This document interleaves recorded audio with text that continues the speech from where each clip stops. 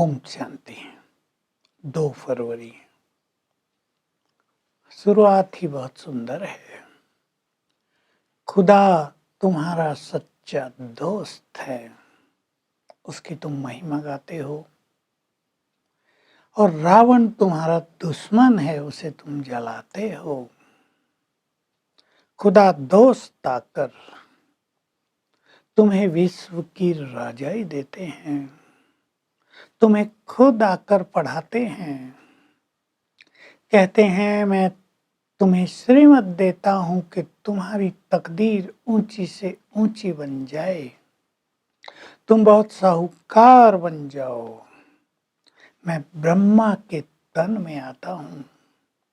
ये ब्रह्मा भी सृष्टि का बड़ा है, ये सबके लिए है, इसलिए इसे ग्रेट ग्रेट ग्रैंड फादर कहते हैं। सभी उसके बच्चे हैं। कोई उसे एडम कहता है, कोई आदम कहता है। तुम भी उसके बच्चे बने हो। मैं ही इसके तन में आता हूँ। यही कभी नारायण था, अब तपस्या कर रहा है।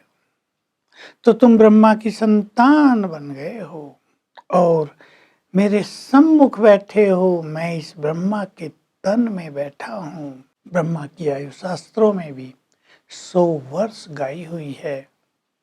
ब्रह्मा का भी शरीर तो छूट जाएगा, महाविनाश तो होना ही है, क्योंकि तुम्हारे लिए मैं निर्विकारी दुनिया स्थापित कर रहा हूँ। ये दुनिया बहुत दुखमय हो गई है, सुख यहाँ रहा नहीं है। 5 विकार हो गए हैं, त्राही त्राही हो रही है। तो विनाश तो निश्चित है, तभी तो नई दुनिया आएगी, क्योंकि राज तो अब यहाँ किसी को है नहीं। बाबा एक राज और बता रहे हैं कि सतयुग में तुम बहुत साहूकार थे, विश्व पर राज करते थे, तुम देवी देवता थे, संपूर्ण पावन थे, दिल्ली ही तुम्हारी राजधानी थी। फिर द्वापर के बाद भी दिल्ली ही तुम्हारी राजधानी रही है। सतयुग में इसको परस्तान कहते थे। परिस्तान यानी परियां, देवताएं सभी राज करते थे। अब दिल्ली कैसी हो गई है, मैं इसे फिर से परिस्तान बनाने आ गया हूँ। पहली बात समझा रहे हैं, तुम सब आत्माएं हो, अति सूक्ष्म हो। ये हमें प्रैक्टिस करनी सारे दिन।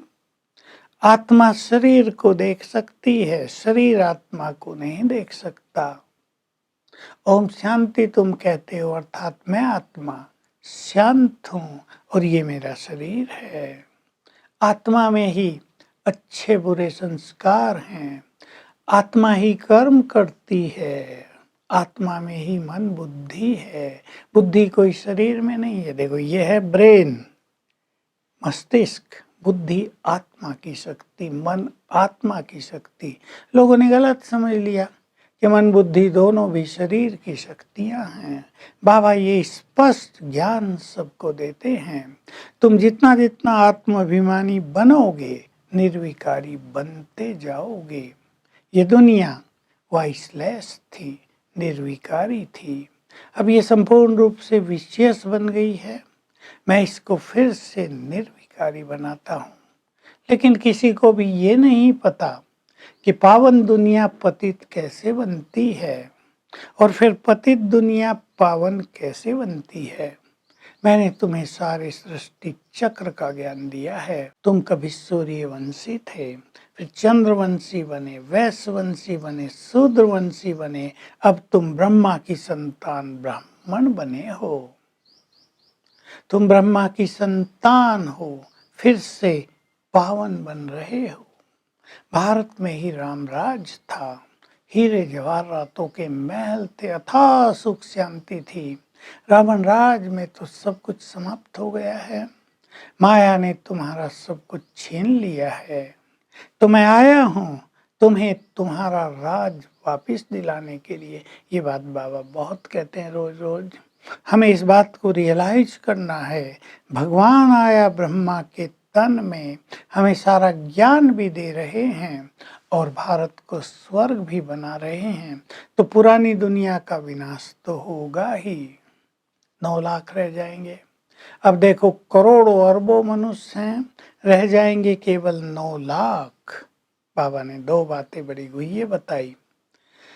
मैं तुम्हें तैयार कर रहा हूं, और जब तुम पूरे तैयार हो जाएंगे तो जो शेष आत्माएं परम धाम में रही हैं वो भी नीचे आ जाएंगी और ये खेल खत्म हो जाएगा। तुम स्वर्ग में ट्रांसफर हो जाएंगे, इस पुरानी दुनिया का विनाश हो जाएगा और तुम मेरे गले की माला बन जाओगे।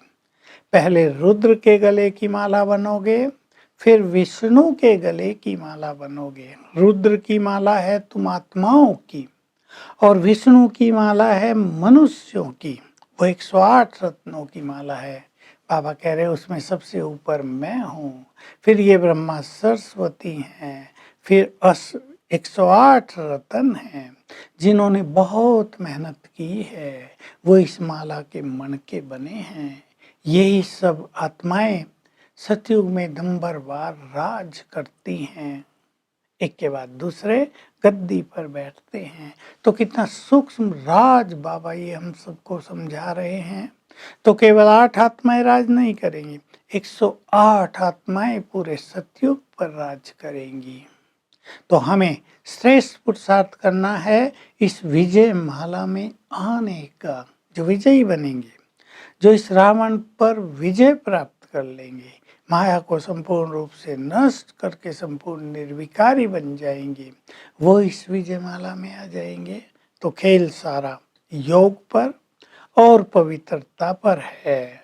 तो बाबा हमें रोज रोज बहुत अच्छी स्मृतियां दिलाते हैं। बाबा फिर याद दिला रहे हैं, सतयुग में तुम वाइसलेस थे, संतान भी योग बल से पैदा होती थी, न वहां देह अभिमान था, न 5 विकार थे। तो इन पर तुम्हें विजय पानी है।